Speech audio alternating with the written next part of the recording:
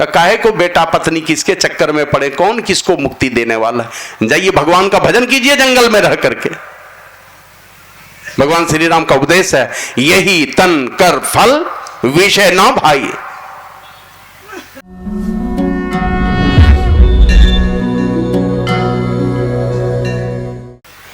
श्री सद्गुरु महाराज के जय। आराध्य देव के चरणों में अनंत अनंत बार नमन निवेदित करते हुए मंच पर आसीन मुद मंगलमय संत समाज, जो जंगम तीर्थराज के रूप में संसार में प्रसिद्ध है और मुक्ति का सबसे बड़ा हेतु है, ऐसे संत समाज को नमन करता हूँ। नाम कितने का गिनाऊं, बहुत दूर दूर से महापुरुष आए हैं और जो भी देख रहे हैं, ये अभी सुन रहे थे बाघ बकरी एक घाट पर पानी, ये बाघ बकरी ने सब बाघे का बच्चा है, कोई बकरी नहीं है। तो ऐसे संत समाज में उपस्थित सभी संत जनों को मैं हृदय की गहराई से नमन करता हूँ। उपस्थित सत्संग प्रेमी सदात्माओं, भक्तिमती माताओं, धर्मशिला देवी स्वरूपा सती साध्वी बहनों, सभी जवान दोस्तों, छोटे छोटे बच्चों, सब लोगों को नमन करता हूँ। इस धरती माता को जहाँ हमारा जन्म हुआ और जिस भूमि पर बैठ करके हम लोग हजारों की संख्या में सत्संग कर रहे हैं, बहुत लोग दूर से ही सत्संग की बातों को सुन रहे हैं, उन्हें भी नमन करता हूँ और सब लोगों से निवेदन करता हूँ कि आप लोग गुरु महाराज की जय घोष उच्च स्वर में करने की कृपा करें। श्री सद्गुरु महाराज की जय। जरा इको को कम कर लो।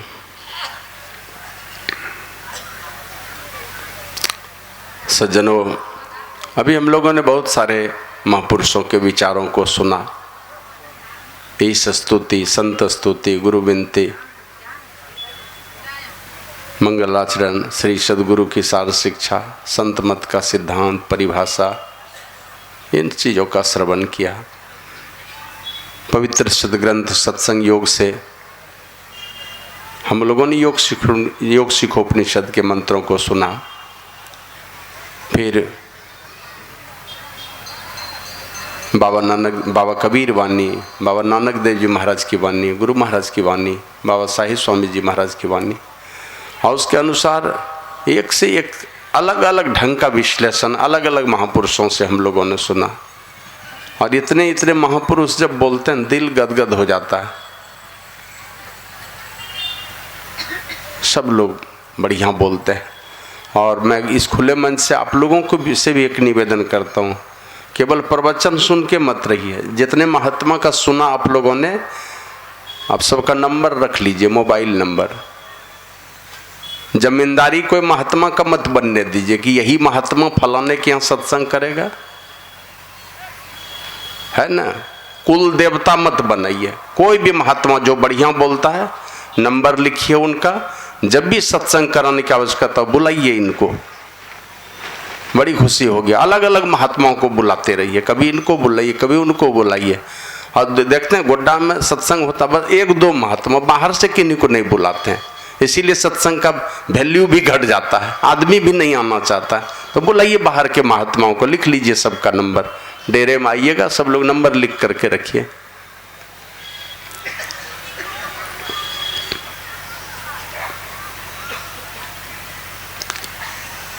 शंकर भगवान गए हैं, ये शंकर भगवान के पास गए हैं ब्रह्मा जी, और जाकर के निवेदन करते हैं कि भगवान आदेश हुआ आपका,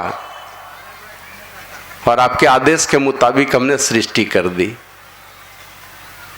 और सृष्टि करके जिसकी सृष्टि हमने की, हमें क्या पता था ये सारे के सारे लोग ये इस जंजाल में फंस जाएंगे, संसार के भंवर में फंस जाएंगे सब लोग, सारे जीव परेशान होंगे, सारे जीव दुखी हो जाएंगे।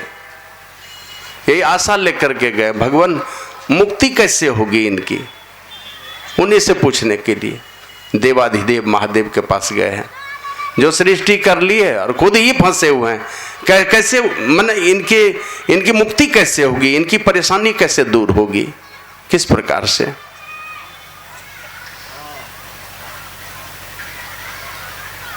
तुलसीदास जी महाराज लिखते हैं, संशय समन दमन दुख सुख निधान हरि एक, साधु कृपा बिनु मिलहि नहीं करिए उपाय अनेक। तो सबसे बड़ी योगी के पास गए हैं, जिनके पास सब मर्ज के सब रोग की दवा है, उनके पास जाकर के पूछते हैं। और भी सवाल किए हैं कि मुक्ति कैसे होगी और मुक्ति का कौन कौन सा साधन होगा। और बहुत सारे लोग अपनी मर्जी से जो संसार में अपने मुक्ति के साधन ढूंढ ढूंढ करके करते हैं। हम लोग भी देखते हैं इस क्षेत्र में बहुत सारे लोग हैं। बगल में कजिया पुल के किनारे चले जाइए, देखते हैं एक मंदिर है वहां पर। कौन सा मंदिर है कजिया किनारे में? वो मुर्गी और दारू चढ़ता है वहां पर, छुरिया बाबा है ना। तो ये अपनी मुक्ति के लिए ही करते हैं। बात यही समझ में आई है। धम्मपद में एक कहानी है, ब्राह्मण जाति में पैदा हुए एक सन्यासी सारीपुत्र एक दिन घूमते घूमते चले गए अपने भांजा के घर पर। अब भांजा से जाकर के पूछते हैं, ये क्यों ब्राह्मण, अपने मुक्ति के लिए तुम कौन सा काम करते हो, क्या करते हो तुम? तो बड़ी गौरव से वो कहता है कि मैं प्रत्येक महीने जंगल जाता हूं, अग्निहोत्र करता हूं, यजन करता हूं और खर्च करता हूं प्रत्येक महीने 1000 रुपये। आज से लगभग 3000 वर्ष पहले की बात है। प्रत्येक महीने 1000 खर्च करना, ये तो मुझे लगता है करोड़ों से भी ज्यादा होगा। कहा चलो मेरे साथ। अपने भांजा को ले लिया अपने साथ में और चले गए अपने मामा के घर पर। और अपने मामा को जाकर के कहते हैं, क्यों ब्राह्मण, अपने मुक्ति के लिए तुम कौन सा काम करते हो? तो उनके मामा भी बड़ी गौरव से कहते हैं, मैं प्रत्येक महीने अपने मुक्ति के लिए पशु बलि देता हूं, प्रत्येक महीने देता हूं। संभवतः 1990 ईस्वी में मैं गया था डाक बम। उस समय ठाकुरगंटी ब्लॉक में हमारी पोस्टिंग थी। अब वो 2 डब्बा जल लेकर के 5 चक्कर हमने मारा मंदिर के प्रांगण में। और जब ये डब्बा जल चढ़ाया, जल चढ़ाने के बाद बाहर निकला तो धीरे धीरे हमने सोचा कि मैं थोड़ी देर बैठूं। जैसे बैठना चाहता तो लगा कि लड़खड़ा के गिर जाऊंगा। तो दूसरे लोग थे, एक चमकलाल गुप्ता थे बाका कजरेली को, वो पकड़े बिठा दिए धीरे से। तो नीचे फर्श पर दृष्टि गई तो हमने देखा खून का स्प्रे किया हुआ, जैसे डीडीटी का स्प्रे होता है ना, वैसे मंदिर के प्रांगण में खून का स्प्रे किया हुआ, माने बूंद बूंद जहां तहां बिखरा पड़ा है। तो हमने वहां पर एक आदमी से पूछा कि पंडित जी ये क्या है? बोला यहाँ मंदिर है ना, वहां बलि पड़ता है और उसका जो खून होता है मंदिर के प्रांगण में उसका स्प्रे किया जाता है। उस पर सब बम लोग, कमरिया लोग उस पर घूमते हैं। तो अनेक अनेक प्रकार के अपने मुक्ति के निमित्त बहुत सारे साधन करते हैं। तो वही शारीपुत्र कहते हैं, एक भांजा कहता है कि मैं प्रत्येक महीने 1000 रुपये खर्च करके यजन करता हूं, अग्निहोत्र करता हूं। मामा के घर पर गए तो मामा कहते हैं मैं प्रत्येक महीने पशु बलि देता हूं। तो दोनों को साथ में ले लिए, ये समझाने के लिए कि तुम कितना छोटा काम करते हो, चल करके देखो। और ले करके गए भगवान बुद्ध के पास, जाके कहते भगवान ये मेरे भांजा हैं, ये मेरे मामा हैं, ये 1000 खर्च करके प्रत्येक महीने यजन करते हैं, अग्निहोत्र करते हैं, और ये मेरे मामा प्रत्येक महीने पशु बलि देते हैं। तो भगवान बुद्ध कहते हैं प्रत्येक महीने पशु बलि दो, प्रत्येक महीने 1000 खर्च करके यजन करो। बदले में किसी परिशुद्ध मन वाले, परिशुद्ध हृदय वाले किसी योगी की, किसी सन्यासी की, किसी भिक्षु की अल्पकाल के लिए दर्शन कर लो, थोड़े काल के लिए दर्शन कर लो, इससे कई गुना पुण्य हो जाएगा तुम्हारा। कारण है कि सारे साधन हैं उनके पास, उसकी जुक्ति है उनके पास में, सब पता है उनको। और ऐसा ही विचार लेकर के ब्रह्मा जी गए हैं सबसे बड़े जोगी हो भगवान भोलेनाथ के पास, और वो कहते हैं कि भगवान बहुत सारे लोग अपनी मर्जी से, अपने विद्या बुद्धि के मुताबिक, कर्मकांड के मुताबिक कर्मकांड करके अपने पूर्वजों की मुक्ति देते हैं। और मुक्ति देने में क्या करते हैं? पिंडदान करते हैं।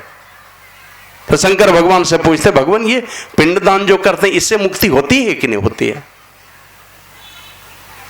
इस बात को समझ सके इसके पहले भागवत महापुराण की कथा आप लोग सब लोग सुने होंगे भागवत में जाकर के। आत्मदेव नामक ब्राह्मण का 2 बेटा, एक गोकर्ण और एक धुंधकारी। धुंधकारी प्रेत हो गया और गोकर्ण गौ माता का दूध पिया, साधु संतों की संगति मिली, वो लड़का साधु हो गया। गोकर्ण हो गया साधु जो गाय के पेट से पैदा हुए थे, और धुंधकारी हो गया धुंधली के पेट से पैदा हुआ, और एक दुष्ट माता के कोख का से जन्म लेकर के उसने उसका दुग्ध पान किया। जो साधु संतों के प्रति, धर्म के प्रति, भक्ति के प्रति कोई नफरत की ही भावना रखती थी, उस माता के कोख से जन्म लिया तो उसके अंदर में वैसा ही संस्कार आ गया। धुंधकारी मर करके क्या बन गया? सारा जीवन प्रेत ही, जिंदे में प्रेत बना हुआ था, मर करके प्रेत, वो मर करके क्या बनेगा? पहले से ही बना हुआ है, वो मर करके प्रेत बना। और जब पता चला गोकर्ण को कि मेरे पिताजी भी चले गए, जंगल गए थे, एक दिन बेटे ने मारा था, पिटाई की थी, तो पिताजी चले गए जंगल में, देखे बेटे से मुलाकात हुई। गोकर्ण पूछता है, पिताजी यहां जंगल में क्यों आए हैं? का बड़ी पिटाई करता है धुंधकारी, बहुत कष्ट देता है। काहे को बेटा पत्नी किसके चक्कर में पड़े, कौन किसको मुक्ति देने वाला है? जाइए भगवान का भजन कीजिए जंगल में रह करके। भगवान श्री राम का उपदेश है, यही तन कर फल विषय न भाई। हमारे गुरु महाराज ही कहते हैं, यह धन धाम कुटुंब कबीला सब स्वार्थ के चेहरे, अपने अपने सुख के साथी, हेर न को सुख तेरे। तुम्हारे सुख को देखने के लिए यहां थोड़े ही कोई आया है, सब अपने अपने सुख के लिए आया है। काहे को उस पत्नी बच्चे के चक्कर में पड़े? जाइए भगवान का ध्यान कीजिए। तो जंगल में तपस्या करते वो भगवान के प्यारे हो गए। और माँ ने एक दिन, माँ की इतनी पिटाई की धुंधकारी ने कि माँ जाकर के कुएं में कूद करके जान गंवा दी, सरोवर में। अब देखा कि दोनों माता पिता नहीं रहे, अब मेरे भाई भी अब नहीं रहे धुंधकारी, तो गोकर्ण को दया आ गई, चलना चाहिए उस घर पर, और चल करके अपने अपने भाई माता पिता के मुक्ति के निमित्त कुछ करना चाहिए।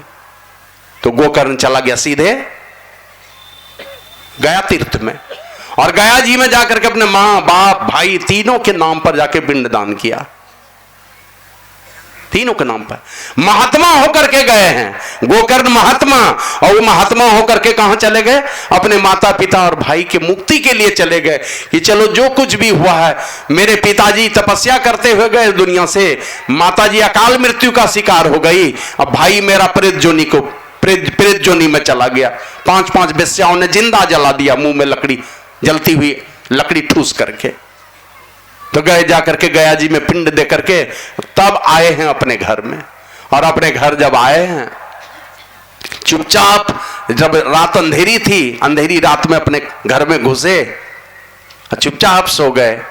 अब मन में विचार ही रहे कि मेरे क्या होगा, इस घर में कोई रहा नहीं, यही सब विचार कर ही रहे थे। उसी से अनायास ही सामने में वो देखता है एक काला कलूटा कोई सामने में हाजिर हुआ, कभी भैंस का वेश बनाए, कभी सुअर का वेश बनाए, अलग अलग वेश बना करके उस गोकर्ण को डराने लगा। जो उसका भाई है उसी को डराने लगा। वो भला डरने वाला है, डरा नहीं। वो पूछता है तुम कौन हो? अब इतना कहना था तुम कौन हो, और डरा नहीं वो और पूछता है तुम कौन हो। तब वो काला कलूटा वेश वाला बोल नहीं पाता, कुछ बोलना चाहता है तो देखता आंख से आंसू झर रहे हैं, बोली नहीं खुलती है। थोड़ा सा जल लेकर के अभिमंत्रित करके उसके ऊपर छिड़क दिया, बोली खुल गई।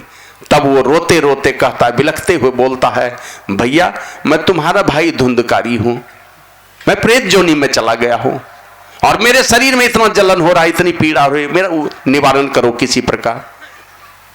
अब दया आ गई, महात्मा है भाई, किनको चिंता नहीं होती है। देखते गुरु महाराज की बड़ी बहन दुनिया से जाने लगी, तो गुरु महाराज गए देखने, तो रो पड़े फपक फपक के। तो पोजीशन से भी बाबा कहते हैं, हुजूर ये आप इतने बड़े संत अपनी बहन को देख के रोते हैं, क्या कहेंगे लोग कि इतने बड़े संत रोते हैं।